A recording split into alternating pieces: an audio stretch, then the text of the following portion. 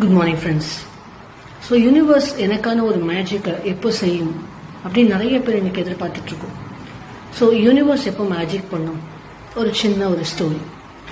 ஒரு காடு பயங்கரமான திடீர்னு ஒரு தீ, ஃபுல் காடும் பத்தி எரிஞ்சிட்டு இருக்கு. அப்போ எப்படி தப்பிக்கிறதுன்னு தெரியாம ஒரு சிறுத்தை அங்கேயும் இங்கேயும் ஓடிட்டு இருக்கு. அந்த சமயம் ஒரு ஹம்மிங் பேர்டு வருது. வந்து அந்த நெருப்புக்கு அந்த பக்கம் போய் தாண்டி போயிட்டு திரும்பி வருது, திருப்பி போயிட்டு திருப்பி வருது. சிறுத்தை கேட்டது, என்ன அங்க எரிஞ்சிட்டு இருக்கு, நீ மாட்ட அந்த பக்கமும் இந்த பக்கமும் போயிட்டு இருக்கு அப்படின்னு. அப்போ அந்த ஹம்மிங் பேர்ட் சொன்னிச்சு, இல்ல அந்த பக்கம் ஒரு அருவி இருக்குல்ல, அதுல இருந்து கொஞ்சம் தண்ணி எடுத்துட்டு வந்து நான் இந்த நெருப்பை அணைக்கிறேன் அப்படின்னு சொல்லிச்சு. உன்னை சிறுத்தை சிரிச்சது, நீ உன் வாயால கொண்டு வந்து தண்ணியை கொட்டி கொட்டி எப்ப நீ அணைச்சு முடிப்ப அப்படின்னு கேட்டது. அப்போ அது சொல்லிச்சு, என்னால முடியுமா முடியாதான்னு தெரியல, ஆனா இது நான் வாழ்ற வீடு, எனக்கு இந்த இடம் நிறைய கொடுத்துருக்கு, நான் நிறைய சந்தோஷமா இந்த இடத்துல இருந்திருக்கேன், அப்போ இதை என்னால் முடிஞ்ச அளவு நான் காப்பாற்றணும்ல அப்படின்னு சொல்லிச்சு.